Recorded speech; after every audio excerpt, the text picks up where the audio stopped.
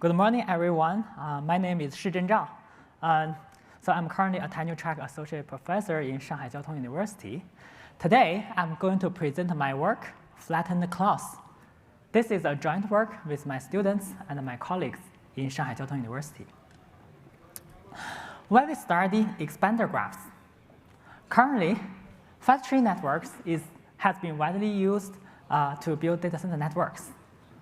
However, in order to support large-scale data center network with over 100,000 number of servers, Clos network requires 4 layers of switches.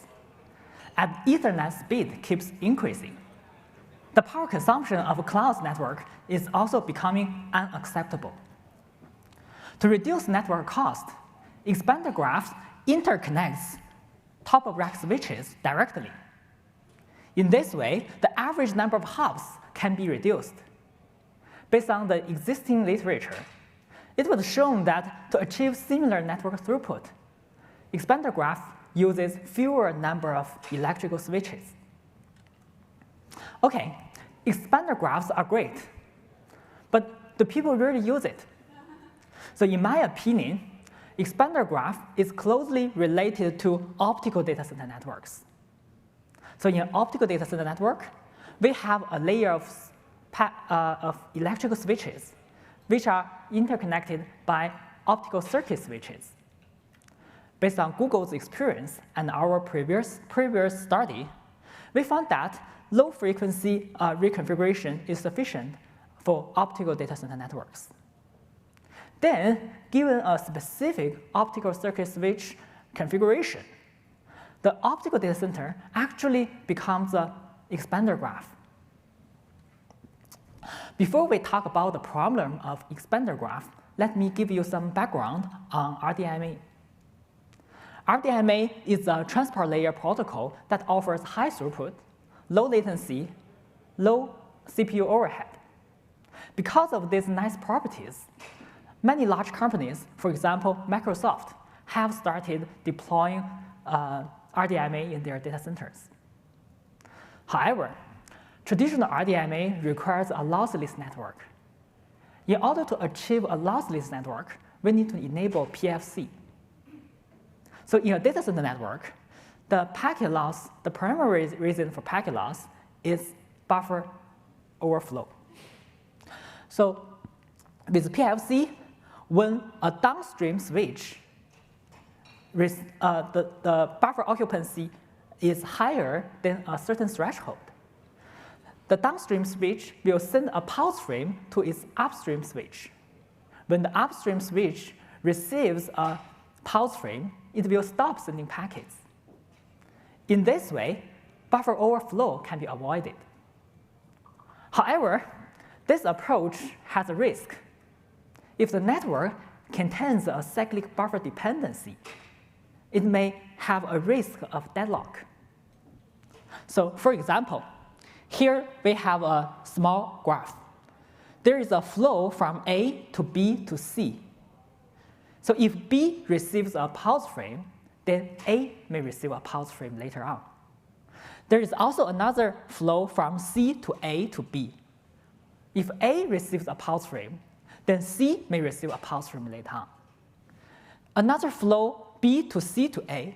If C receives a pulse frame, then B may receive a pulse frame later on. So you see, here is a cyclic buffer dependency, and then a deadlock can be triggered.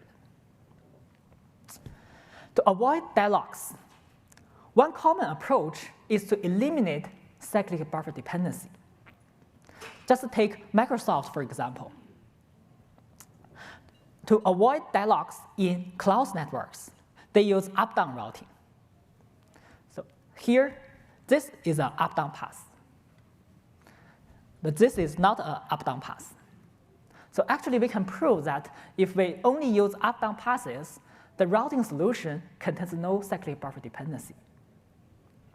But for expander graphs, although there are many routing algorithms like ECMP, KSP, these routing algorithms contain the cyclic buffer dependency with high probability.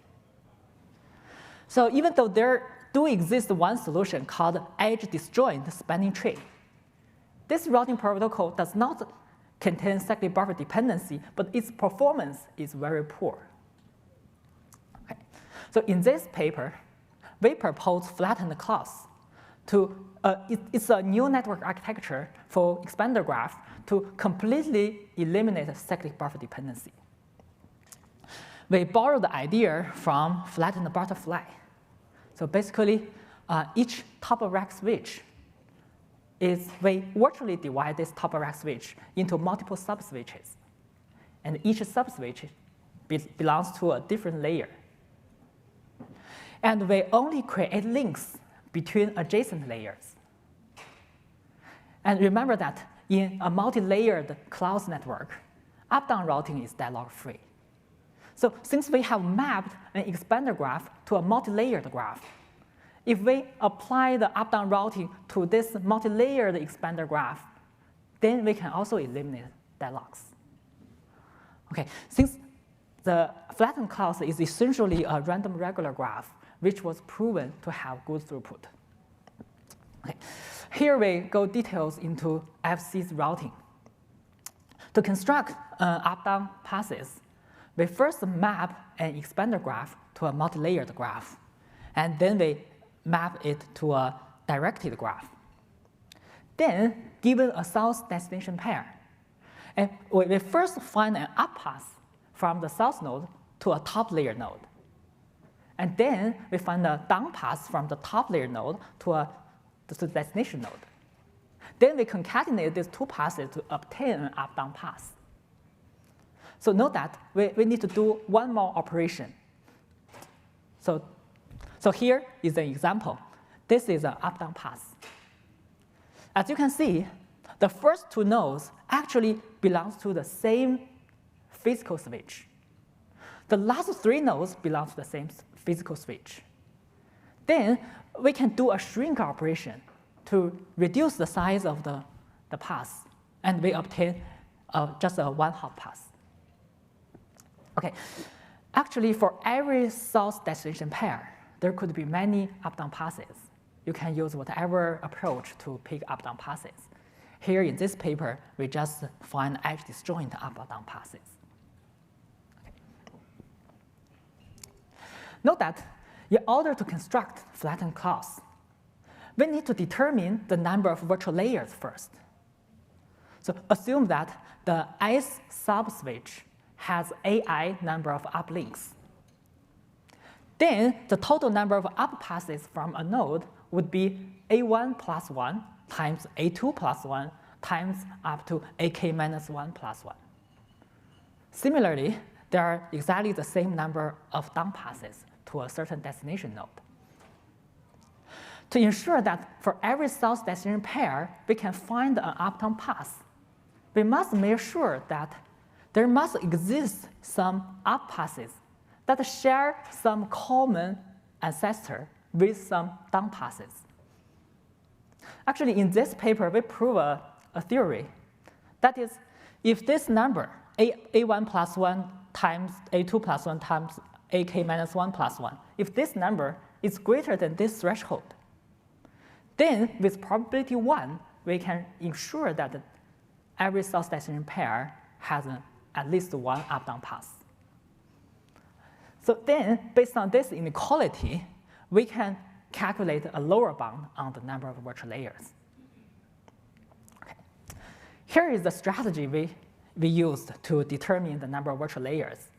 So given a network, we first try k-mean.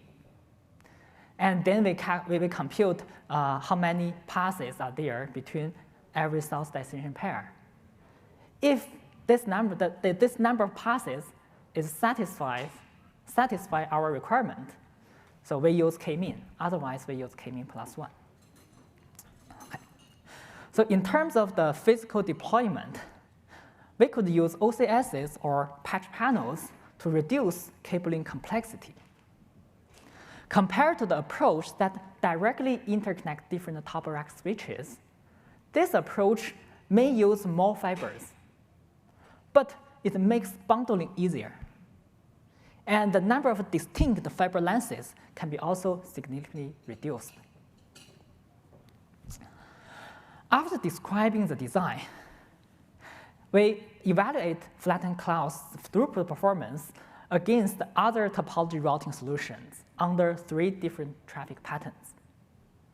The first one is all-to-all traffic pattern. So basically, each server sends an equal amount of traffic to all other servers. The second one is a uniform random pattern.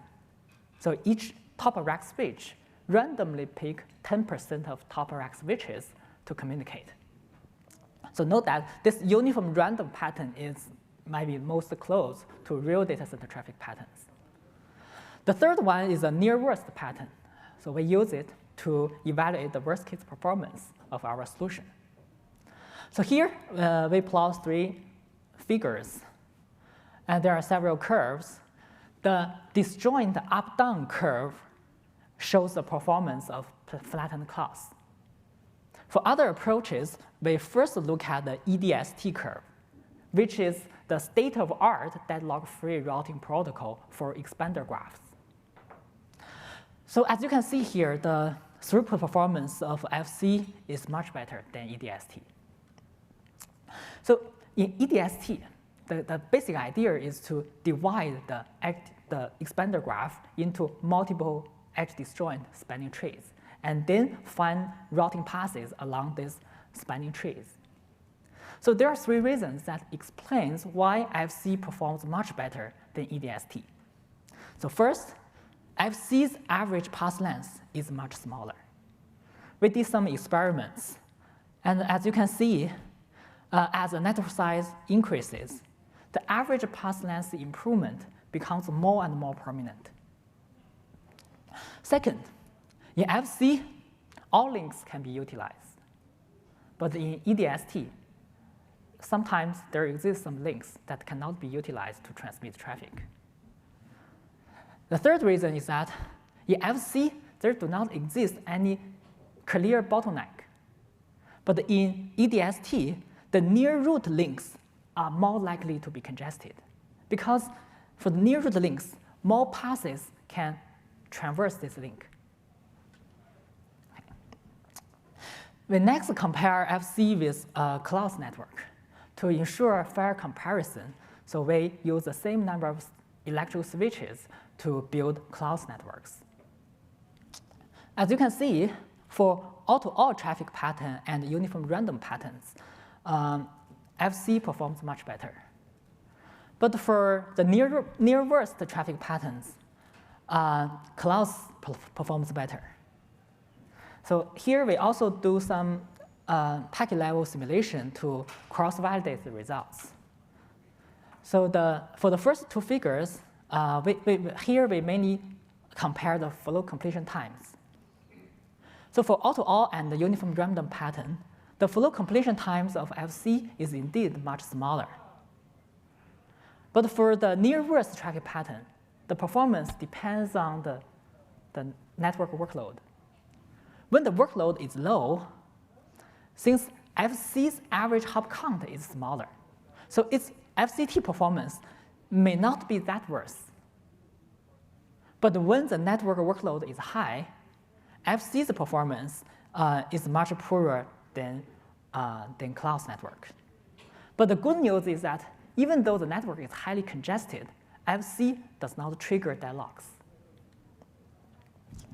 So lastly, we compare FC with K-shortest path routing. So as you can see here, the throughput performance of KSP is consistently higher than FC. But FC is not deadlock-free. We did a testbed experiment with using 4 switches and 64 servers. For every pair of server, we create an RDMA connection. So here we just use ECMP. ECMP uses fewer number of passes than KSP. So even ECMP can trigger deadlocks. So after running this testbed for just a few seconds, the deadlock is triggered. So when the deadlock triggered, about 66% of the RDMA connections are broken. So we also did a packet level simulation to understand the formation of deadlocks. So we found that although many times deadlocks may not be triggered, but whenever it is triggered, we found that it takes only 20 microseconds from the initial PFC pause to the actual formation of deadlock. So here, finally, we discuss several frequently asked questions about FC. So first, how to handle link or node failures. So we can just reroute the affected packets. If this packet has to go up again, so we can use a different lossless queue. The second question is how to avoid deadlocks during routing updates. Actually, as long as the virtual layers does not change, even if we put the new routing passes and the new old routing passes together, there won't be any cyclic buffer dependency. Therefore, we do not need to worry about cyclic buffer dependency, even during transient states. Third, how to close the performance gap between FC and the KSP. So we have several ideas. First, we could use more lossless queues. So this allows us to construct up-down passes, which will definitely increase the path diversity. So we can try different routing selection principles. We can also do traffic-aware topology and routing design. Okay, to conclude, in this work, we propose FC, which adopts virtual up-down routing to eliminate deadlocks. So our FC outperforms EDST significantly. So there do exist a performance gap between FC and KSP, which can be viewed as the price we pay to eliminate deadlocks.